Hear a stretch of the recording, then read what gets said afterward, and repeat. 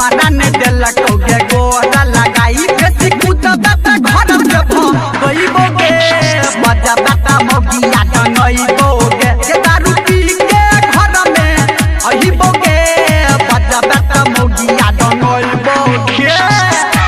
अभी आप सुन रहे हैं सावरिया म्यूजिक डीजे सतीश वर्मा।